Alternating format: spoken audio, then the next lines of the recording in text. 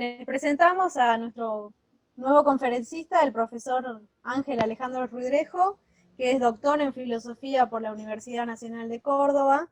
y licenciado en Filosofía por la Universidad Nacional de Salta. Actualmente es profesor titular de la Cátedra de Historia de la Filosofía Contemporánea y de la Cátedra de Filosofía y Teoría Política. Y dirige el proyecto Gubernamentalidad y Crítica del CIUNSA de la Universidad Nacional de Salta. Bueno, también recalcar que el doctor Alejandro Ruidrejo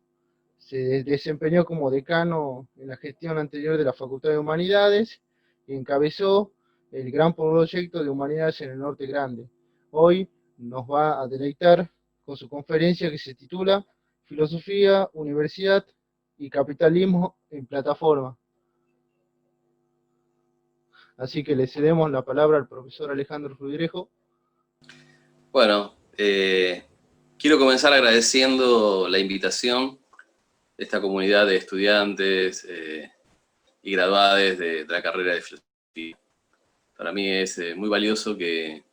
este encuentro se pueda llevar a cabo aún en las condiciones en las que nos encontramos, ¿sí?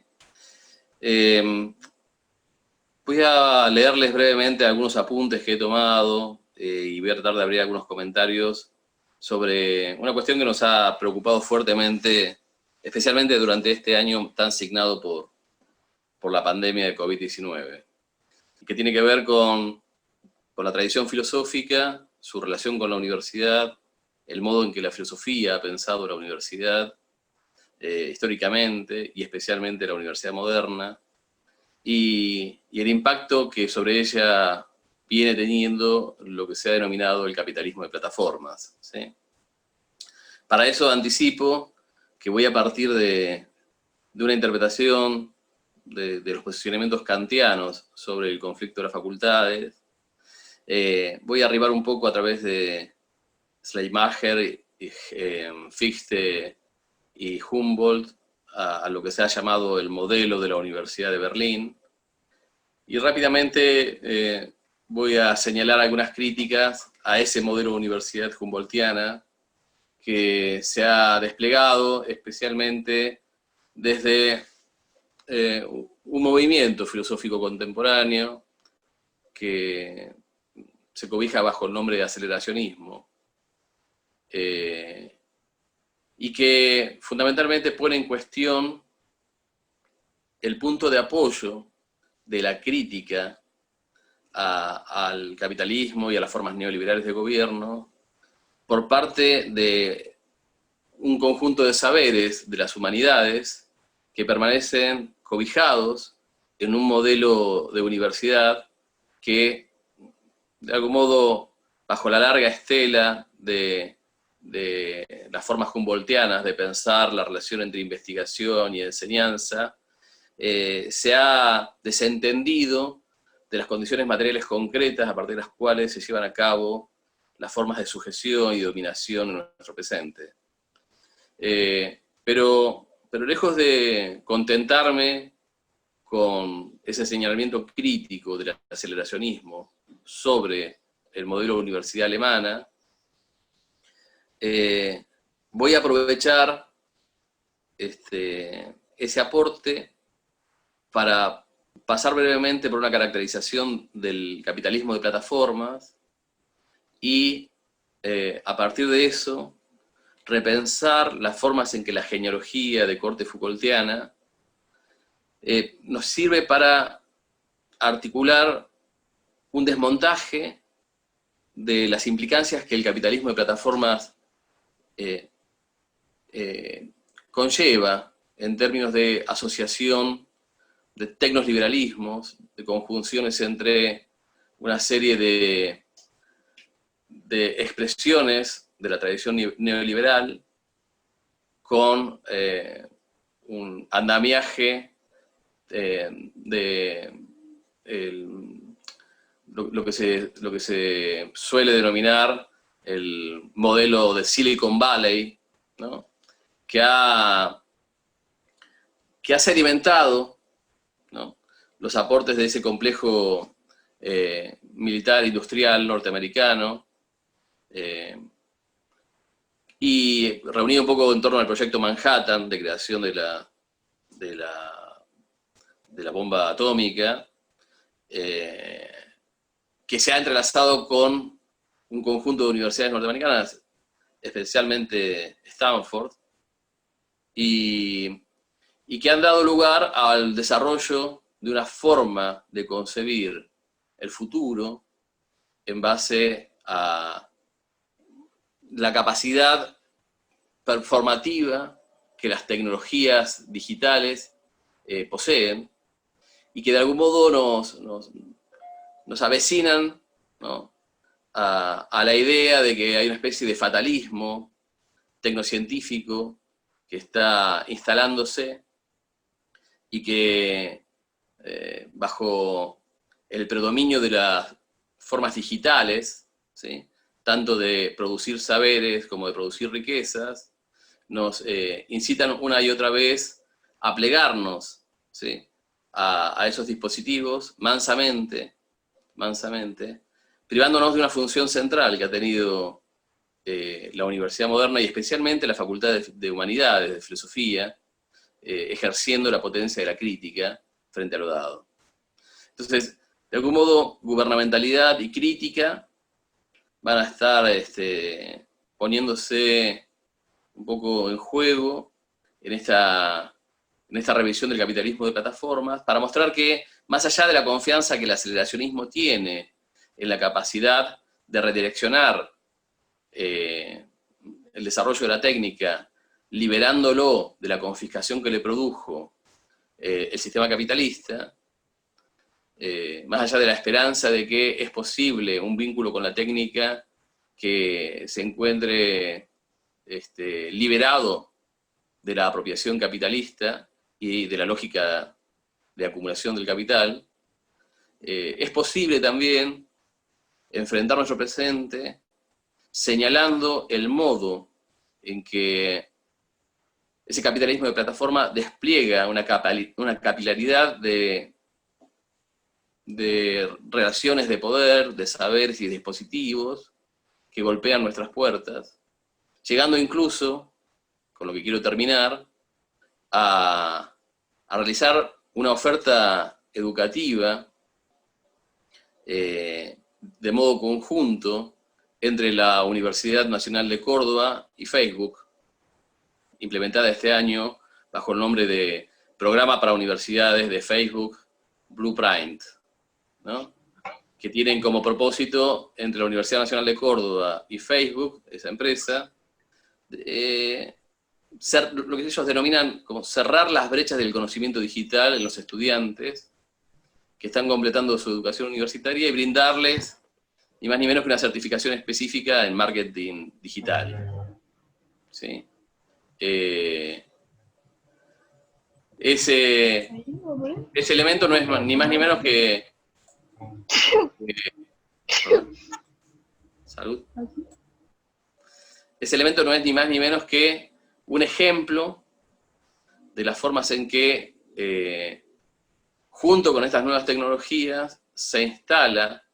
un modo de entender la producción del conocimiento, un modo de entender las subjetividades, y un modo de penetración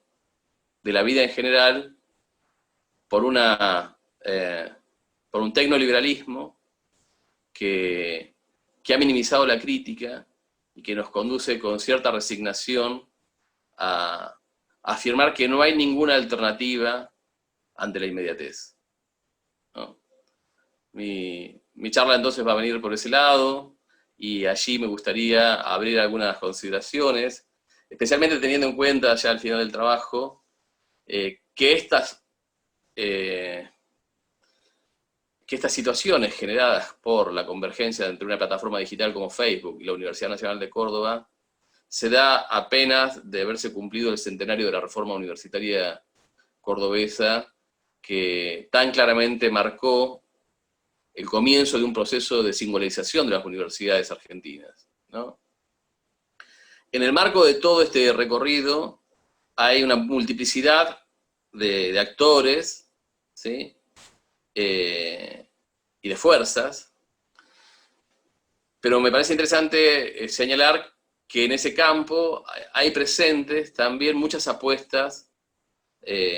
vinculadas a la filosofía, ¿sí?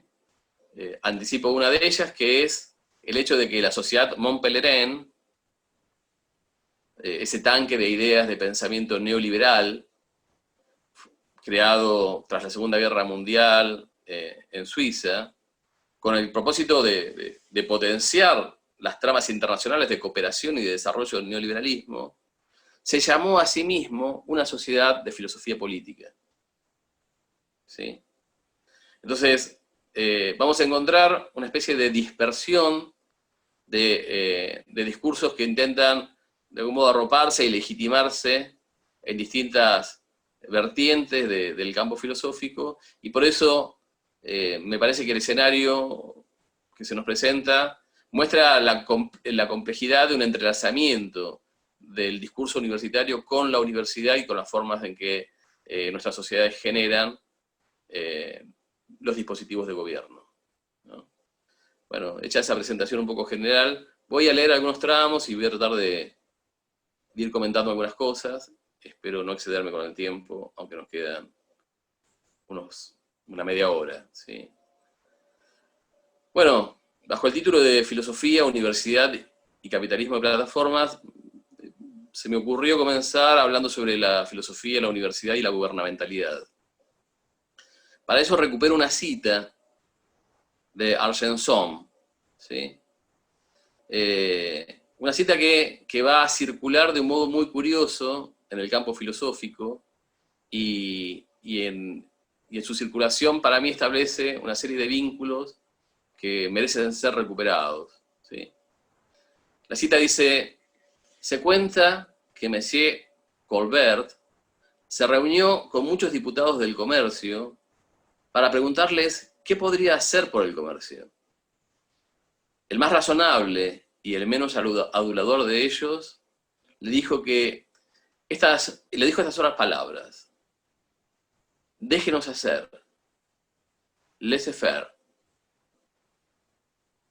¿Alguien ha reflexionado alguna vez sobre el gran significado de esas palabras? Fin de la cita. Esto fue escrito en 1751, ¿sí? Junto con el lanzamiento del proyecto de la enciclopedia francesa, ¿no? Y esta cita va a ser recuperada en principio por Kant y después por Michel Foucault.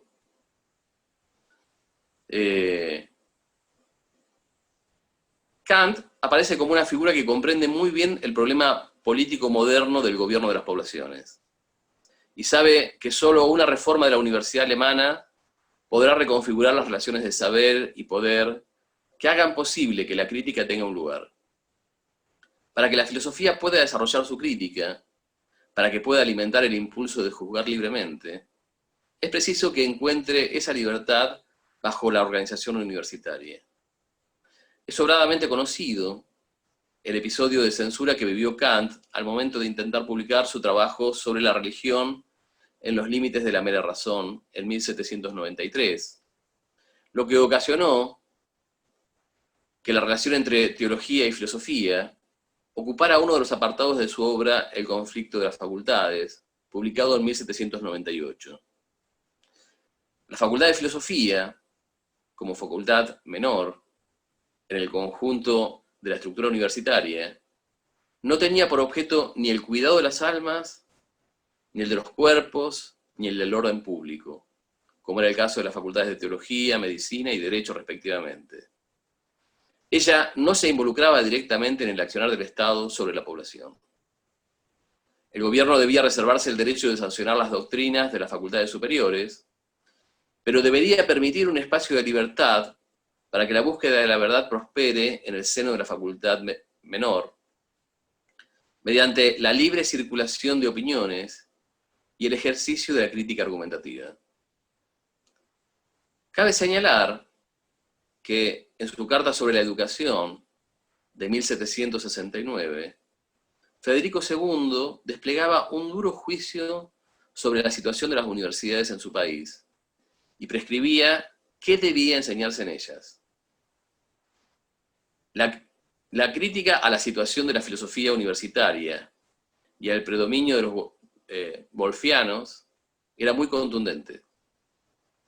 En cuanto a la cuestión de la salud de la población y la formación de quienes debían velar por ella,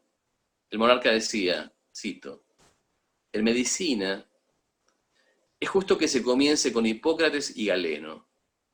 que se siga la historia de esta ciencia, si se trata de una, hasta nuestros días. Pero en lugar de adoptar o el sistema de Hoffman o el de algún médico oscuro, ¿por qué no comentar las excelentes obras de Boerhaave, quien parece haber puesto los conocimientos humanos sobre el tema de las enfermedades y de los remedios tan lejos como pueda llegar a alcanzar nuestra inteligencia? Fin de la cita. Sin lugar a dudas, el monarca podía dar pruebas de su sólido conocimiento del desarrollo de los saberes académicos en su propio presente.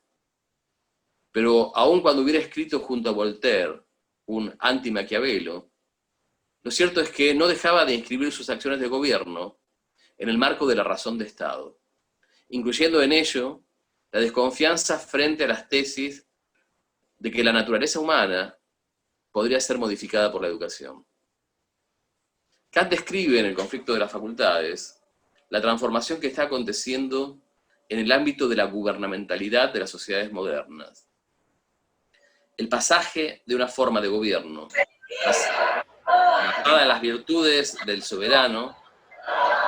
a un nuevo tipo de gobierno de las poblaciones, centrado en la gestión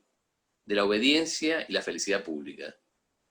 El filósofo señala con claridad que el gobierno no practica la enseñanza, sino que capitanea a quienes la ejercen, al margen del grado de parentesco que tales enseñanzas guarden con la verdad. Puesto que adquieren ese compromiso contractual con el gobierno al tomar la posesión de su cargo. El saber estaba puesto al servicio del buen orden, de la estabilidad política y de la felicidad de la población. Luego de establecer los estrechos límites del saber de las facultades superiores, Kant sostiene que, cito, todavía hay que conceder a la comunidad científica otra facultad que sea independiente de los mandatos del gobierno. Y allí agrega una cita al pie, donde menciona una anécdota ilustradora del modo en que concibe la autonomía de la filosofía y de la universidad. Cito, cierto ministro francés convocó a los comerciantes más respetados con objeto de recabar sus propuestas respecto a cómo establecer el comercio, como si él fuera capaz de elegir las mejores entre ellas. Después de que varios hubieran emitido su parecer, un viejo comerciante haga buenos caminos, acuñe buena moneda, proporciónenos un derecho de cambio ágil y todo eso. Pero respecto a lo demás, deje hacer. Una respuesta similar sería la que habría de dar la Facultad de Filosofía cuando el gobierno le preguntase sobre la doctrina que ha prescripto al estudioso en general, limitarse a no obstaculizar el progreso del conocimiento y de las ciencias. Fin de la cita de Kant. Sin establecer ninguna relación con la relación que se abría entre la crítica filosófica, la autonomía universitaria y el buen gobierno de las poblaciones, en la propuesta kantiana de superación del conflicto de las facultades a través de la refundación de la universidad moderna, Foucault, en el marco de su historia de la gubernamentalidad occidental, también se detuvo en esta anécdota incluida en la carta sobre la cuestión de la disertación sobre el comercio del marqués de Belloni, que publicara el marqués de Argenson en 1751, en el Diario Económico, y que tenía como protagonistas a Baptiste Colbert, ministro de Luis XIV, y al comerciante Legendre. El interés del pensador francés radicaba en realzar la expresión laissez-faire, con la que el comerciante parece expresar el principio esencial del gobierno en materia económica para el liberalismo. La segunda mitad del siglo XVIII vio aparecer al liberalismo no solo como una doctrina económica, sino como un arte de gobierno de las poblaciones. Frente al viejo modelo de gobierno soberano, donde el monarca y su ley establecían principios universales para el ordenamiento de la vida social, económica y política, aparece el mercado como un nuevo espacio de veredicción. El mercado tiene una naturaleza propia, tiene sus propias leyes, que no admiten las interferencias de la voluntad soberana. Mientras que el orden civil requiere la renuncia de los ciudadanos a los deseos que puedan contradecir las leyes, en el plano de la economía se abre un espacio donde el progreso infinito permite al homo economicus liberal encontrar el reflejo de su esencia en lo que produce y la satisfacción de sus necesidades en el consumo. Ese progreso infinito crece en el límite de la voluntad soberana que renuncia a gobernar lo que se gobierna por sí mismo. Es en base a ello que parece necesario poner de relieve la relación entre autonomía universitaria, afirmada como central para la definición del modelo de universidad moderna en Alemania, y una racionalidad de gobierno más amplia, basada en la libertad de mercado, como hilo conductor de un diagnóstico de nuestro presente en el marco de las mutaciones del capitalismo actual. A la base de la afirmación de la autonomía universitaria que heredamos, en gran medida del opúsculo kantiano del conflicto de las facultades, se encontraba una forma de concebir la relación entre el deber del Estado de gestionar la felicidad del pueblo y el deber de la universidad de reservarse un espacio de libertad necesario para producir la verdad, más allá de cualquier condicionamiento externo.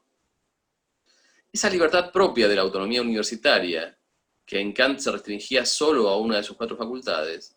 la Facultad de Filosofía, era representativa de los límites necesarios que debía tener todo ejercicio de poder que no se redujese a un ciego despotismo. La universidad, de igual modo que todo ciudadano dispuesto a no ser gobernado de cualquier manera, requería de una forma de libertad que se entendía como autogobierno y libertad de circulación de opiniones, que tomaba el modelo del laissez-faire de la economía liberal. Es decir, que a la vez que se aceptaba la intervención del Estado en la enseñanza de los conocimientos vinculados al bienestar de la población, se demandaba la autolimitación del gobierno público en los ámbitos del saber que estaban orientados al desarrollo de la crítica y la investigación. Un buen gobierno debía renunciar a la pretensión de gobernarlo todo. Las guerras napoleónicas y la necesidad de crear una nueva institución universitaria en Berlín permitieron que la idea kantiana deviniese en la ampliación de la autonomía a toda la universidad, y ya no solo a una de sus facultades, especialmente a través de figuras destacadas del romanticismo y del idealismo alemán, como Schleiermacher, Fichte y Hegel. En el plan razonado para erigir en Berlín un establecimiento de enseñanza superior que esté en conexión adecuada con una academia de ciencias, escrito por Fichte en 1807, se encuentra la afirmación de la filosofía como saber superior dentro del campo académico bajo estos términos. Cito a Fichte. Las así llamadas 3 facultades superiores habrían hecho bien ya antes, con respecto a su verdadera esencia, si hubieran reconocido toda la íntima conexión del saber y por eso no se hubieran señalado a sí mismas, haciendo alarde de su absoluta necesidad práctica y de su valor para la masa, como entidad aislada y la más distinguida, si no hubieran preferido subordinarse en aquella relación y reconocer con humildad debida su dependencia. Fin de la cita. La puesta en cuestión del carácter superior del derecho, la medicina y la teología que presenta Fichte en su reordenamiento de los saberes académicos, parte del reconocimiento del impacto que el dispositivo tecnológico de la imprenta y de la libre circulación de libros tuvo sobre el campo universitario, permitiendo el desplazamiento de la enseñanza repetitiva de contenidos hacia la investigación como vía para el mejoramiento de los mismos. Esas condiciones materiales debían fundar la creación de una escuela del arte del uso científico del intelecto, en base a la constitución de un nuevo tipo de subjetividad, la del artista del conocimiento. A la vez que Wilhelm von Humboldt, en su texto sobre la organización interna y externa de los establecimientos científicos superiores en Berlín, logró ser el artífice de la nueva universidad alemana, en tanto portador de la convicción de que la enseñanza universitaria debía darse a través de la constitución de una comunidad de investigación compuesta por docentes y estudiantes, en la que el Estado debía tener siempre presente que su intervención no podía estimular el desarrollo de esas instituciones, cuando excediera la función de proveer de los medios para su sostenimiento, a fin de que, cito a Humboldt, no descienda el nivel de lo espiritual y lo elevado al de la material y baja realidad.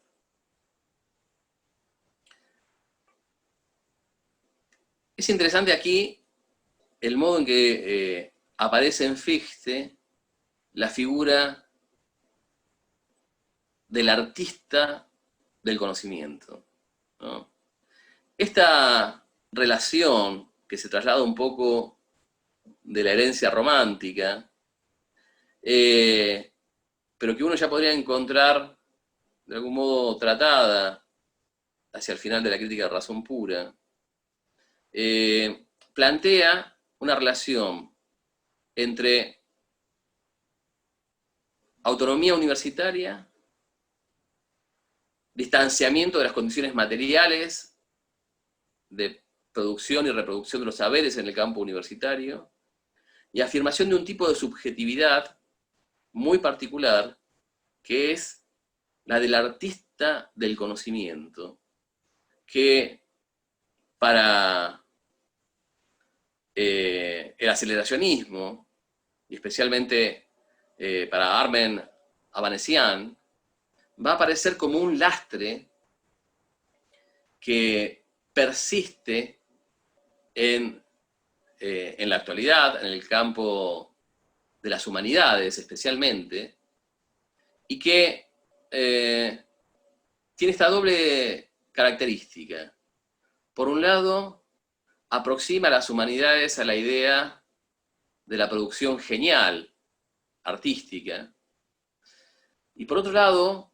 en la exaltación de la creatividad, de la productividad y de la libertad, para Avanesian, es la antesala del conjunto de valoraciones que el neoliberalismo contemporáneo despliega para promover el desarrollo del conocimiento en general. O sea que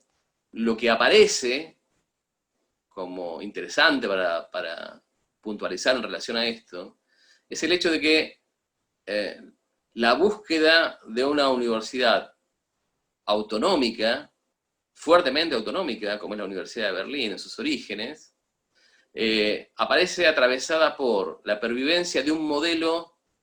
de creación, un modelo de subjetividad basado en la creación,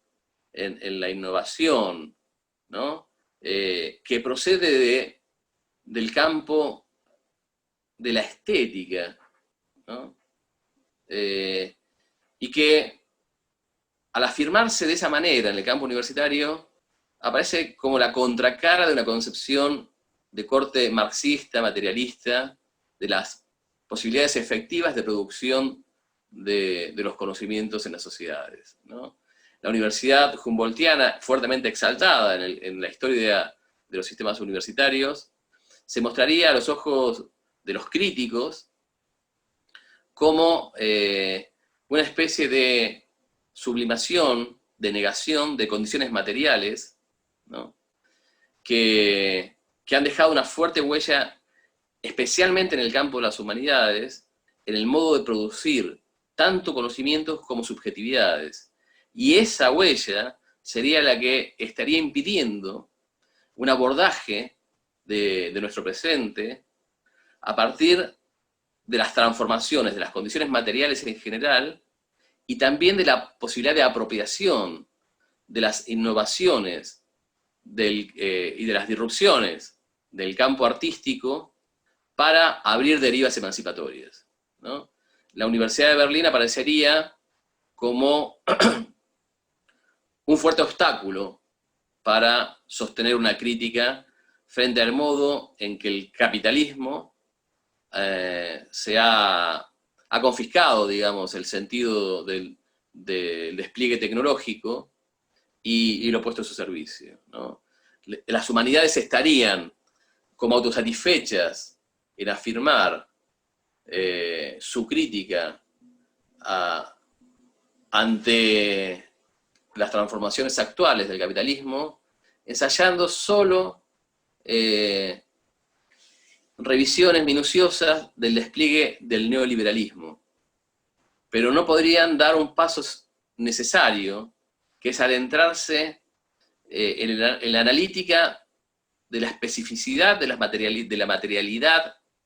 en la que se monta estas nuevas formas de producción y circulación del conocimiento, en base a las cuales se genera la gran acumulación de riqueza en nuestro presente, ¿no? Entonces, esa autonomía marcada por Kant para conseguir un límite a la razón de Estado, es una autonomía que no solo mantiene relaciones con el laissez-faire del liberalismo económico clásico, sino que en su desarrollo va a encontrarse con la articulación de ese laissez-faire, de esa forma de libertad que procede del campo económico, con otra forma de libertad y de subjetividad y de productividad que procede del campo artístico.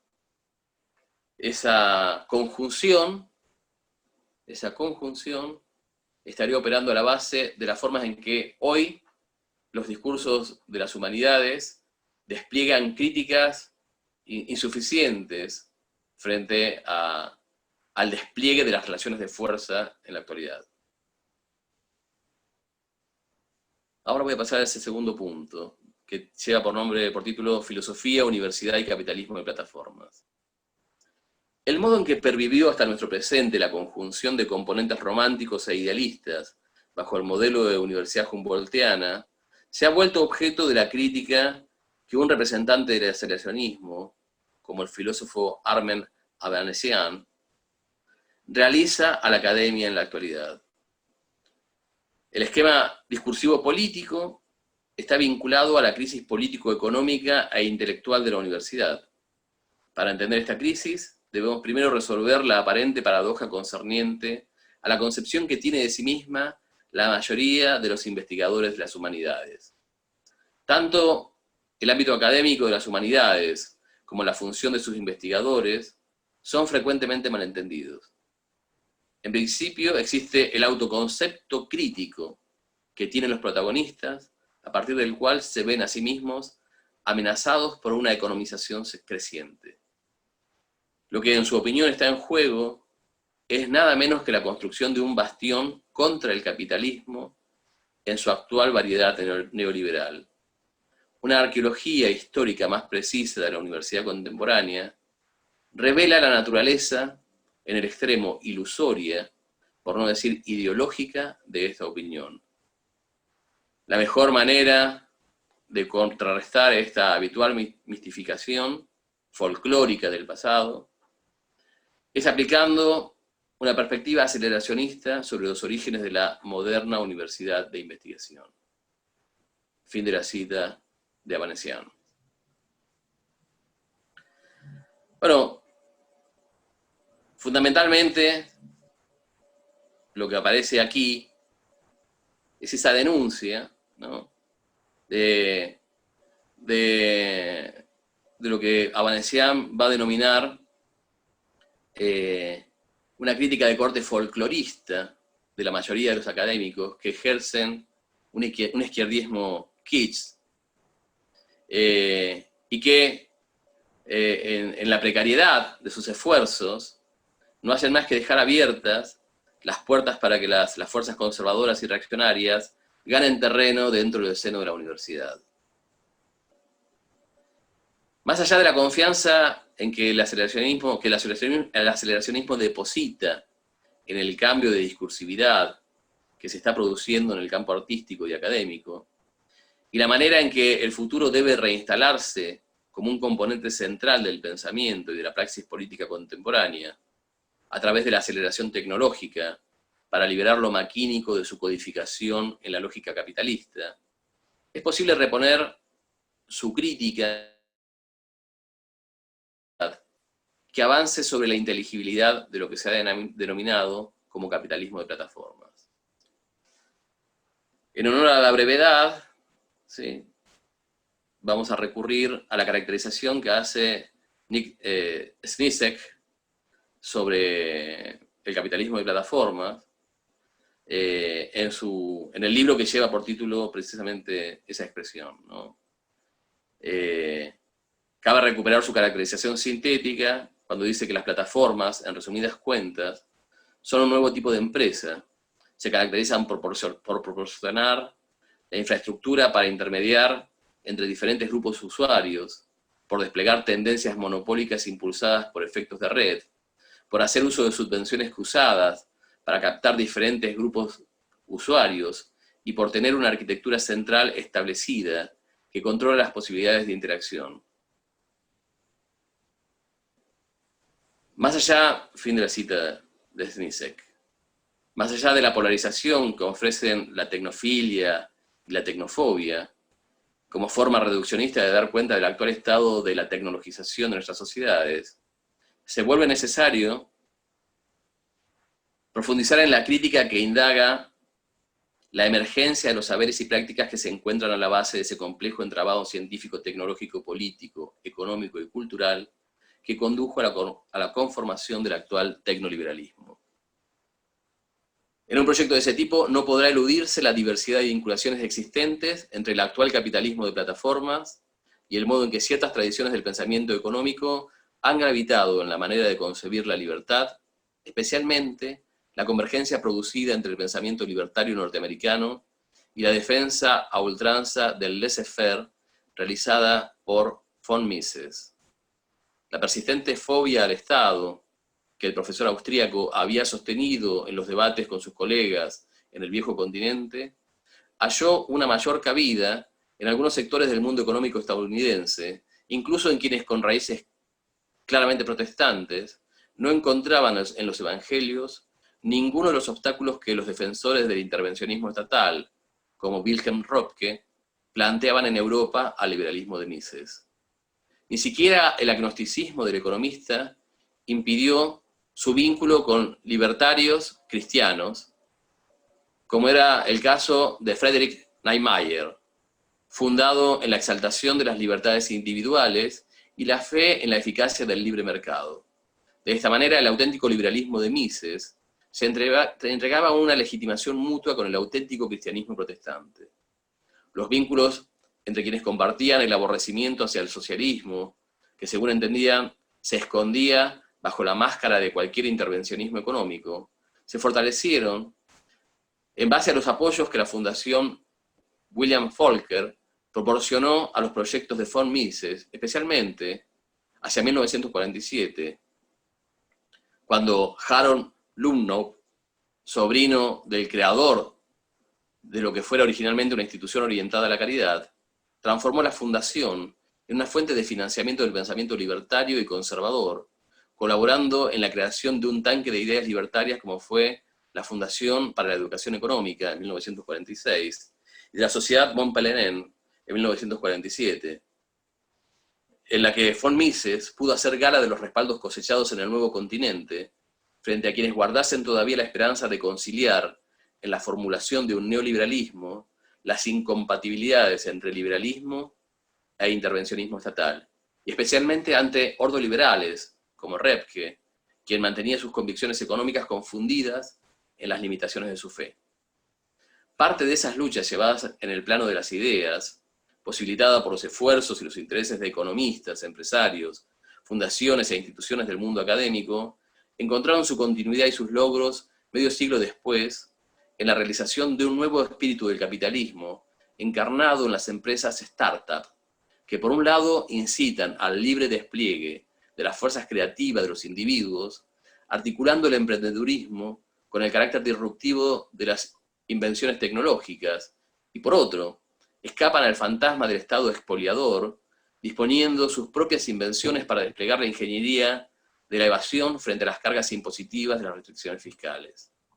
Paradojalmente, el fantasma que retorna luego de tan extendido uso de las libertades es el de la monopolización,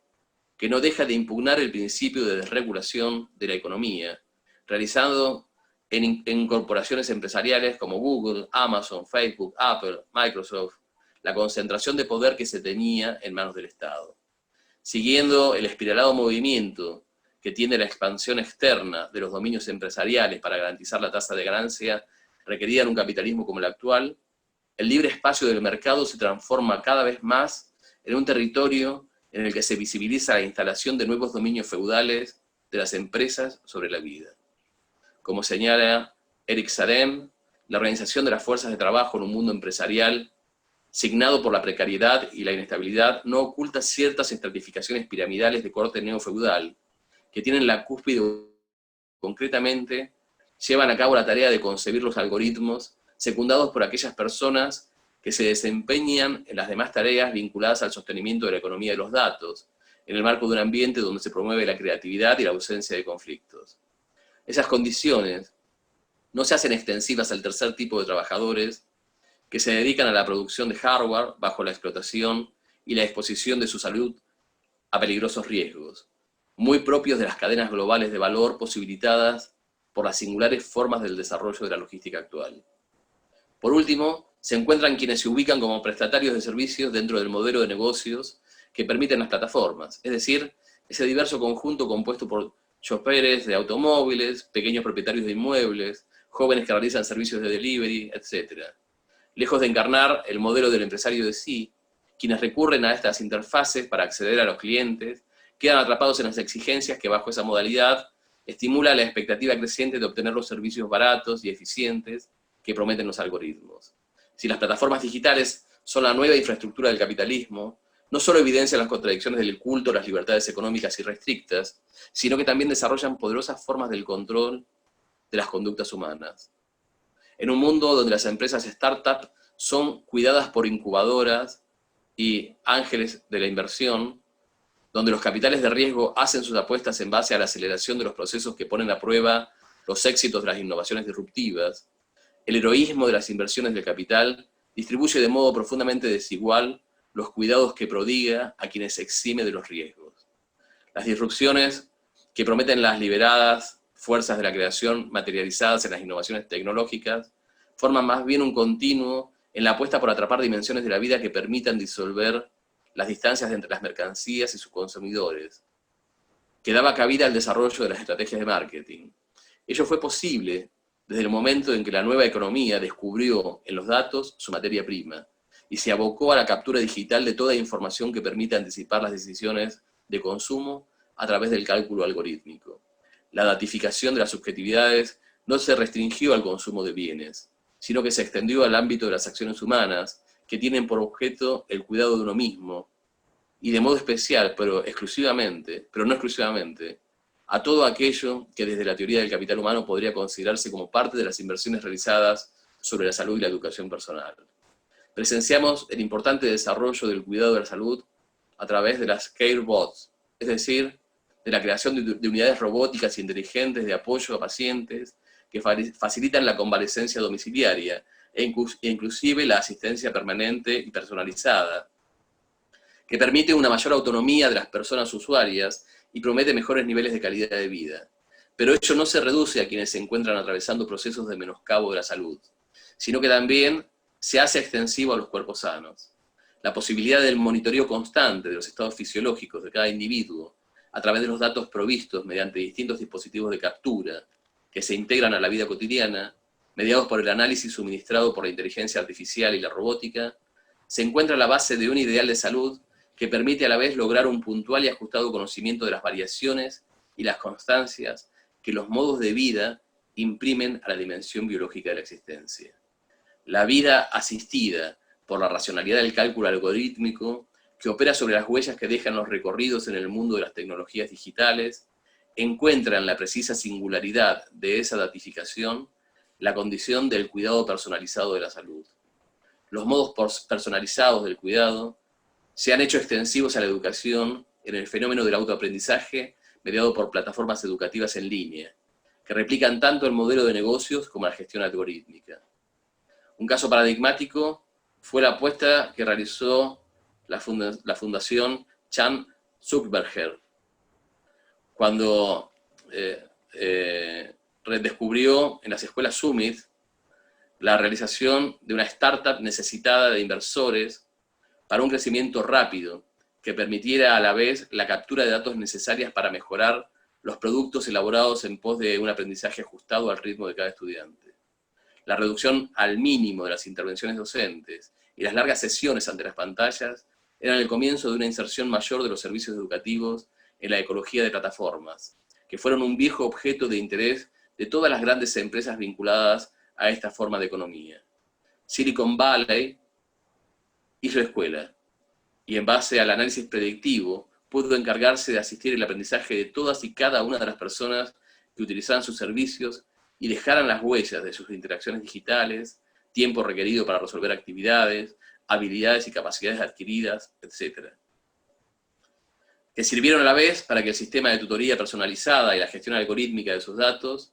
mejoren sus rendimientos y reputaciones.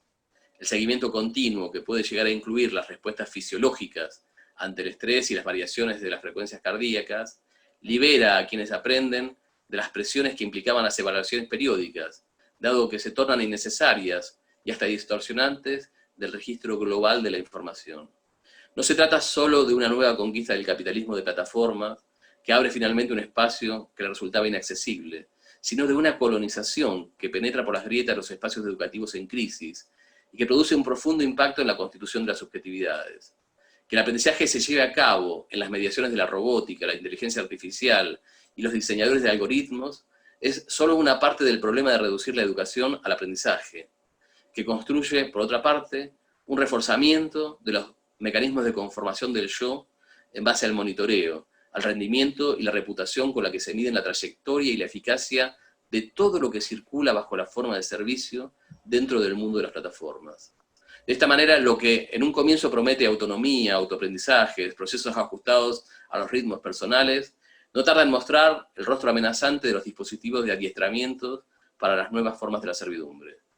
Por cierto, todo ello no se agota en las escuelas, sino también ingresa a la educación superior de un modo muy notable en los últimos 5 años, especialmente bajo el formato de los cursos en línea abiertos y masivos, que han tenido impacto enorme sobre el mundo de las opciones de formación universitarias, y especialmente en la Universidad Nacional de Córdoba.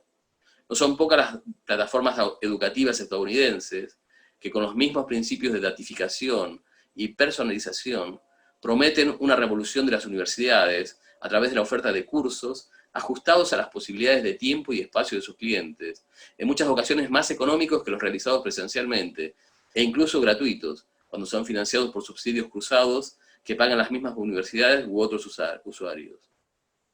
Las plataformas se reservan el derecho de recibir sus compensaciones por los servicios de conexión brindados a quienes ofrecen y demandan estos cursos, sin tener que enfrentar los gastos de las inversiones de edilicias, salarios docentes, costos administrativos y demás gastos, que quedan a cargo de las viejas instituciones que vienen a revolucionar. El sistema universitario termina además operando como certificador de la calidad educativa de una formación que suele ajustarse más a las exigencias del mercado laboral que a sus planificaciones institucionales de investigación y transmisión de conocimientos. Estas transformaciones encuentran una expresión precisa en experiencias como el programa para universidades de Facebook Blueprint, que ofrecen en forma virtual la Universidad Nacional de Córdoba y la empresa Facebook, con la que se busca cerrar las brechas de conocimiento digital en los estudiantes que están completando su educación universitaria, dando soporte a través del conocimiento digital a la búsqueda de empleo, así como sus posibles iniciativas y emprendimientos. El programa culmina con una certificación de los estudios en marketing digital. De esta manera podemos ver cómo el desarrollo de plataformas digitales, llevado a cabo por el tecnoliberalismo, conlleva consecuencias que todavía no han sido enteramente dimensionadas y que adquieren una inmediatez tendiente a ser naturalizada. En este sentido, es preciso señalar que en nuestro país, incluso antes de la pandemia de COVID-19,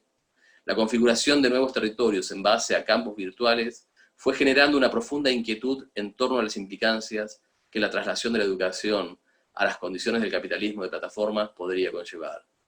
tanto para mantener el conjunto de conquistas de libertades y derechos que caracterizan a nuestras instituciones universitarias, como para actuar críticamente frente a las formas en que las nuevas tecnologías modelan nuestras subjetividades. Bueno, hasta aquí. Muchas gracias. Muchas gracias, doctor Alejandro. Bueno, abrimos unos minutos para las preguntas. Si alguien tiene alguna duda, alguna consulta, alguna pregunta para el profe.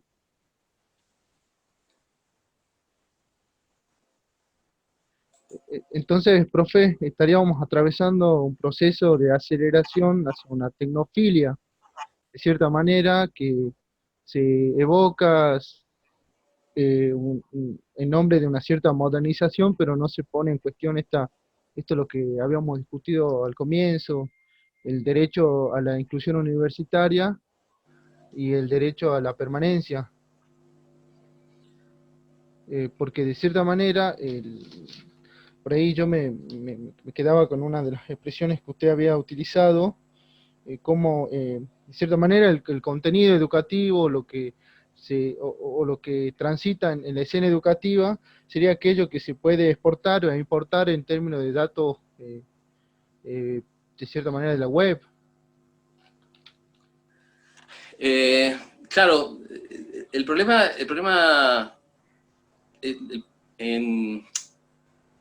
un poco que nos convoca en estas jornadas, que es qué hacer con la filosofía en el marco de este presente, ha tenido un gran obstáculo inicial, que fue el pasaje abrupto de la presencialidad a la virtualidad, pero además el hecho de que se haya reducido en gran parte la crítica a ese paso abrupto, a los efectos de profundización de desigualdad que se visibilizaban en términos de conectividad. ¿Sí? Eso, por supuesto, opera como un mecanismo de profundización de desigualdades y de exclusión. Pero podríamos tener una excelente conectividad y eso no solucionaría el problema de fondo que aparece cuando de algún modo se vincula el acceso a la educación a través de la virtualidad con ese vuelco que ha tenido el capitalismo a través de la expansión de los negocios a través de plataformas digitales. Quiero decir, sin lugar a dudas hay que seguir reclamando un derecho a la conectividad, ¿no? Un derecho al conocimiento que esté basado en una conectividad. Pero focalizar toda la crítica en la cuestión de la desigualdad nos ha hecho perder de vista que, aunque eso se resolviese, el problema seguiría estando. Porque lo que está sucediendo en gran medida es que a través de una nueva economía del conocimiento, ¿sí?, una nueva articulación de la producción, de la circulación del conocimiento en clave empresarial,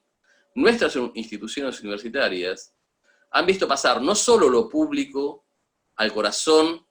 de lo privado, como es el campo de los negocios de plataformas digitales y la transferencia enorme de recursos a ese sector, sino que han naturalizado el vínculo con las plataformas digitales sin desplegar una analítica de las formas en que detrás de estos dispositivos se despliegan una serie de fuerzas que en su genealogía articulan ni más ni menos que la tradición libertaria norteamericana, el conservadurismo protestante norteamericano, el despliegue de las tecnologías de ese complejo científico militar norteamericano que articula con universidades, no solo como la Universidad de Stanford, sino también con experiencias como Singularity University, una universidad creada, como vimos el año pasado en el último congreso del Norte Grande, creada ni más ni menos que por Google, que tiene como director, ¿sí?, de ingeniería a uno de los grandes teóricos de la singularidad tecnológica, y con ello el transhumanismo. Digo, detrás de este paso de lo presencial a la virtualidad, hay ni más ni menos que un profundo fortalecimiento de un proyecto civilizatorio, ¿no?, que está apostando, por un lado, a una enorme concentración de datos y de riqueza bajo las formas monopólicas. Y por otro lado, ni más ni menos que la apuesta de profundizar un devenir maquínico del humano que radicalice incluso ciertas formas de las luchas actuales, emancipatorias, en términos a las identidades de género, sosteniendo que lo propio del transhumanismo es decir que todos estamos atrapados en cuerpos equivocados. ¿Sí? Todos los humanos estamos atrapados en cuerpos animales, que son cuerpos equivocados para nuestra existencia. Y el devenir, ¿sí?, del desarrollo tecnoliberal promete romper ese límite animal para abrirnos hacia una combinación maquínica donde de algún modo, bajo formas bastante complejas, parecería darse la realización de ciertos sentidos de la historia proyectados por el idealismo alemán como Hegel, bajo las formas del saber absoluto. Suena un poco enrevesado, y esto siempre va a requerir mucho más tiempo del que podamos disponer para tratarlo en profundidad. Pero uno de los puntos a los que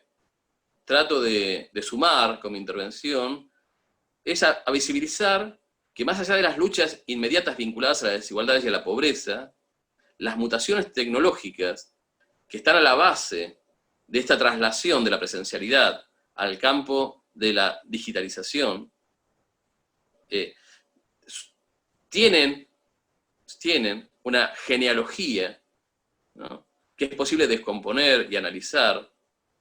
que conjugan, por un lado, una profunda fobia al Estado, y por lo tanto han creado sus propias autopistas para evadir, ¿sí?, las cargas fiscales. Las empresas monopólicas no son solo monopólicas, sino que resultan intangibles sus riquezas para los aparatos fiscales estatales que necesitan recursos para la redistribución, ¿no? Sin poder extender la mirada hacia estos procesos más globales en los que se inscribe la situación actual, estamos un poco condenados a tener una mirada muy circunscripta a experiencias terribles, injustas y dolorosas, pero que para ser revertidas en gran medida van a requerir de un diagnóstico mucho más amplio y más complejo. ¿Sí? Digo, si de algún modo queremos revertir las desigualdades a través de inversión, de redistribución de recursos públicos, un punto central en todo esto es qué hacer con estas empresas monopólicas que han construido sus propias autopistas de evasión fiscal y que son las que han ordenado toda la economía en función de su capacidad y de sus necesidades. O sea, todo se ha detenido en el marco de la pandemia, salvo la circulación de datos. El virus y los datos han crecido con la misma celeridad, ¿sí? Han circulado con la misma celeridad. Y si no podemos establecer conexiones, especialmente de una tradición como la nuestra, la tradición filosófica, que dentro de las universidades modernas todavía tienen que seguir reclamando el derecho a ejercer la crítica, ¿no? Tienen que seguir sosteniendo la bandera de la importancia de que las universidades sean el punto de apoyo crítico, de producción de saberes específicos que sirvan para la emancipación. Sin eso, ¿sí?, sin eso, una universidad pública y una universidad privada no se diferencian, ¿no? El silenciamiento que está a la base de toda una dinámica institucional que nos ha conducido a un continuismo ciego como si solo tuviésemos que hacer adaptaciones pedagógicas y garantizarnos la conectividad, ha reducido al zócalo mínimo la problematización de lo que está aconteciendo, dejándonos contentos, no contentos, pero queriendo reducir al rincón, ¿sí?, de la problemática de la conectividad, ¿no?, y la adaptación didáctica para continuar, para darle a un continuismo irreflexivo la idea de una nueva normalidad. ¿Sí? Ahí hay una claudicación, para mí, enormemente preocupante. Y me enorgullece que sea el campo de la filosofía, y que sea la carrera de filosofía, y que sean los estudiantes de filosofía, los que hayan marcado con mucha insistencia la pobreza de ese solucionismo tecnológico. Perdón por la larga respuesta, pero... ¿Alguien tiene alguna pregunta para el profesor?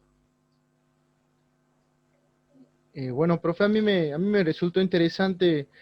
cómo usted marcaba, nosotros podemos decir, el dispositivo del discurso de la crisis, que bueno, que evoca un catastrofismo, que de cierta manera vendría a suspender la crítica, ¿no? La crítica entendida en términos nietzscheanos, como aquellos que bueno, que es tensión, guerra, disputa de intereses, y cómo nuevamente nos vuelve a encerrar en una dicotomía que por un lado tenemos a una posición tecnofilia que busca acelerar ciertos procesos de modernización que benefician a ciertas corporaciones empresariales, y por el otro lado, que son dicotomías que ya han surgido en el siglo XIX, y por el otro lado tenemos a la posición tecnofóbica, bueno, que sería una posición más conservadora, una salida por derecha, y nosotros lo podemos ver en las posiciones antivacunas. Bueno, que bueno, esa posición ha marcado de cierta manera la Segunda Guerra Mundial, las posiciones de Heidegger, de ciertos autores que abolaban por ciertas posiciones que eran anti-tecnología de cierta manera. Y bueno, remarcar eso, cómo el discurso de la crisis nuevamente nos vuelve a encerrar en estas dicotomías, que al parecer está siendo aceptada, está entrando con mucha tranquilidad en las universidades nacionales de la Argentina, que bueno, que tienen como tradición el cordobazo. Sí, totalmente. Yo creo que frente a eso es importante reivindicar un ejercicio de la crítica. Y creo que en el caso de quienes tenemos familiaridad con la tradición genealógica, el desmontaje genealógico de lo que se intenta mostrar como fatalmente insuperable o como lo más natural, resulta necesario, ¿no? Resulta necesario porque en el medio de todo esto hay un conjunto de enormes riesgos. Una es, bueno, la del orden económico. Paradojalmente, ese carácter anarcoliberal que se despliega en la tradición norteamericana se alimentó de la fobia al Estado, pero termina adquiriendo formas supraestatales monopólicas, ¿no? Entonces, ¿qué tipo de libertades se han conquistado cuando hemos pasado de la fobia al Estado a la monopolización corporativa? Ahí hay un problema. Por otro lado está el problema de que esas monopolizaciones corporativas están desfondando la soberanía y sobre todo la posibilidad de articular ciertas políticas redistributivas que restablezcan un mínimo estado benefactor. O sea, si de algún modo las empresas que concentran la mayor cantidad de riqueza del mundo eluden las cargas fiscales, ¿sí?, se le presentan a los estados nacionales la dificultad de ver cómo financian sus políticas públicas, ¿no? Y eso hace que, bueno, un conjunto de derechos ganados sean validados, sean reafirmados en nuestro presente como derechos legítimos, pero sean desfinanciados, ¿no? Y por otro lado, no solo en el orden económico, sino en el orden de los dispositivos tecnológicos y las subjetivaciones, lo que aparece acá es que, por la deriva del transhumanismo, por la idea de que debemos entregarnos a una última mutación de la especie humana y abandonar la dimensión animal de nuestra existencia, en función de un devenir maquínico, se instala como fatal un proceso que debe estar abierto a la discusión política de la forma humana. Cómo se construye la forma de vida humana, ¿sí? No atada a una especie de determinismo tecnológico, sino a partir de la construcción de sentido colectivo del buen vivir, ni más ni menos que eso, ¿no? Junto a esto, sin llegar al transhumanismo, el solo hecho de ver cómo los dispositivos tecnológicos producen, ¿sí?, una forma de medir los rendimientos, las eficacias del cuerpo, a través de los monitoreos permanentes, de la inteligencia, de los procesos educativos, esto que decíamos, medir incluso la reacción fisiológica ante los procesos de aprendizaje, para ver qué grado de estrés le genera a cada individuo y qué grado de estrés puede soportar, y mostrar que el desempeño educativo y el desempeño laboral pueden medirse con los mismos dispositivos,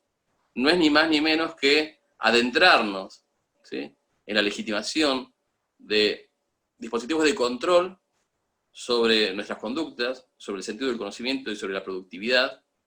que no están puestos en discusión. Entonces, nada, creo que es profundamente alarmante, y especialmente para el campo filosófico, el hecho de que hayamos pasado tan rápidamente a esta transformación, renunciando a una profunda remoción crítica de las implicancias que este proceso lleva, ¿no? Bueno, en gran parte nuestras indignaciones se apoyan en eso. ¿Puedo hacer una pregunta? Sí. Vos hablaste de Foucault, ¿no? Y yo me acordaba de el último Foucault, el del cuidado de sí, el de hermenéutica del sujeto, y me preguntaba, bueno, por estrategias para poder cuidarnos, ¿no? En este cultivo del buen vivir, del cual hablaste al final. No sé si podés decir algo. Y después me acordé de las antropotécnicas que están tan de moda, de Peter Sloterdijk y Peter Palpelbar, y bueno, que está circulando, no sé si... Bueno, es muy interesante la intervención, te la agradezco. Creo que, sin lugar a dudas, la cuestión del cuidado ha ocupado un lugar central en el medio de todo este despliegue, no solo de la pandemia, sino de los dispositivos de cuarentena, ¿no? Creo que la modelación política del dispositivo de la cuarentena, especialmente en países como los nuestros, ha girado en torno a la semántica del cuidado, ¿no? Y en esa semántica del cuidado, no solo uno puede volver a traer las luces que Foucault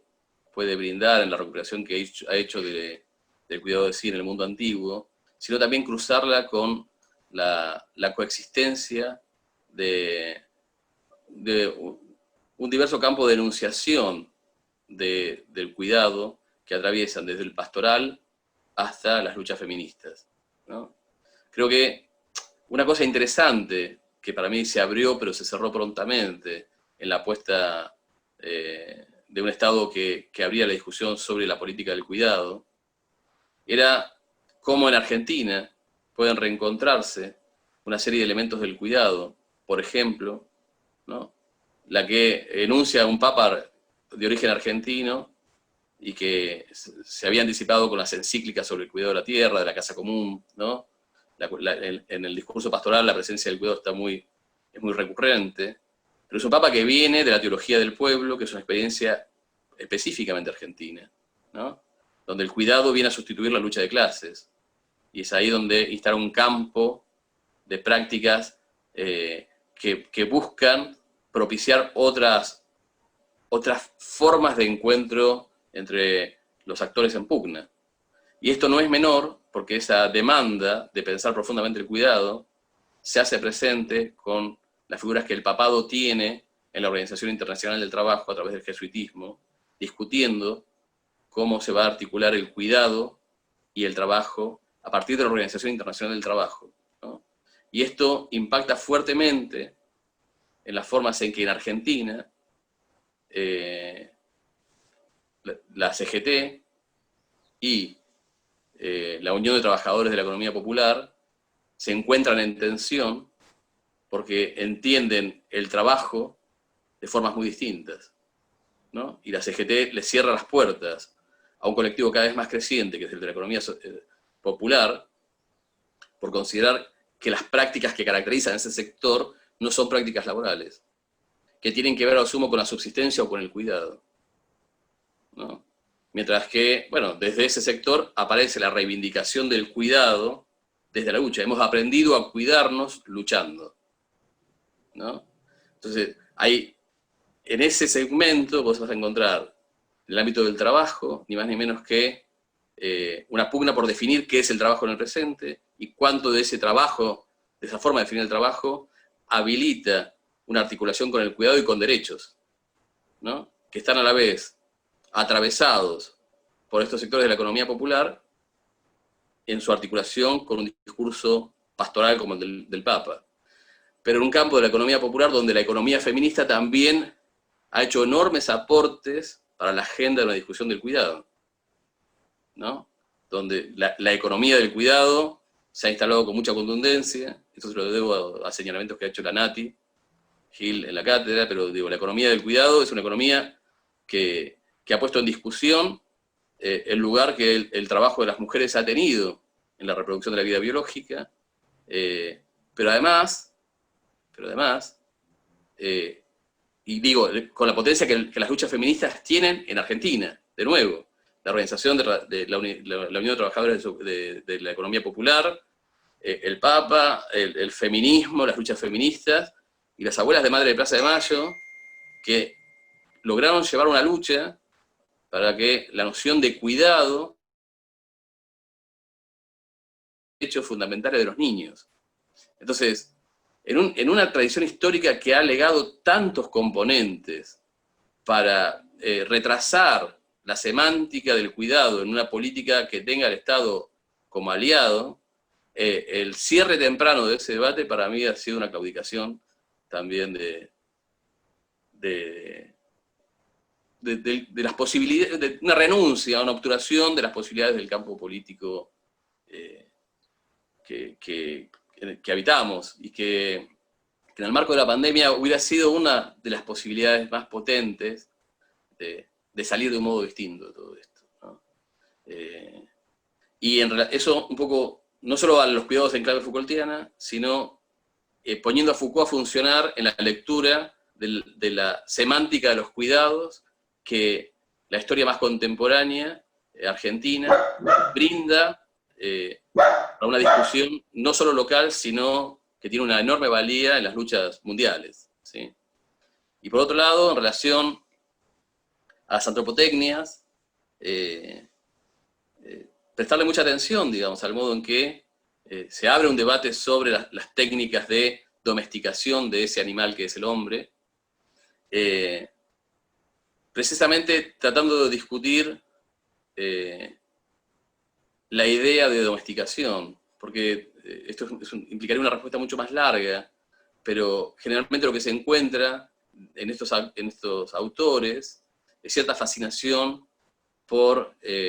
recuperar orígenes más o menos remotos de un mismo dispositivo de poder que mantendría un mismo y único sentido a lo largo de milenios, y que sería darle forma al animal humano, ¿sí? Desde mi punto de vista hay componentes interesantes,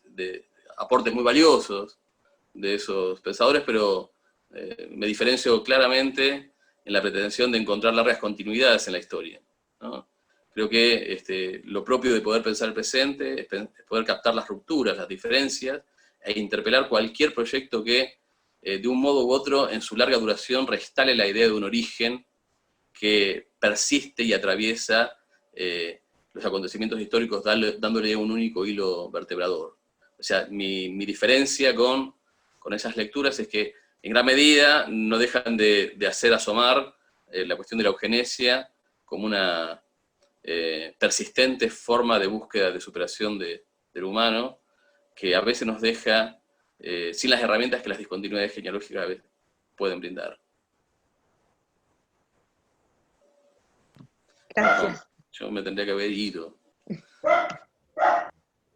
No quiero ser descortés, pero... Le agradecemos, profe, su participación. y a todos Bueno. por sus comentarios. A Omar siempre también comentando. Si fuese por nosotros nos quedamos hasta mañana. Pero bueno, le agradezco, profe, más que nada porque ya se extendió media hora y sé que también tiene otros compromisos, así que, bueno, si usted quiere decir algo más y si no, ya lo Sí, dejamos partir. quiero agradecer nuevamente. Quiero agradecer que esto sea posible, ¿sí? Hay algo de épica doméstica, pero heroica al fin en sostener estas actividades en estas condiciones. Así que sumo mi apoyo y mi reconocimiento a todo esto, ¿no? Les deseo las mejores jornadas, ¿no? Nos vemos.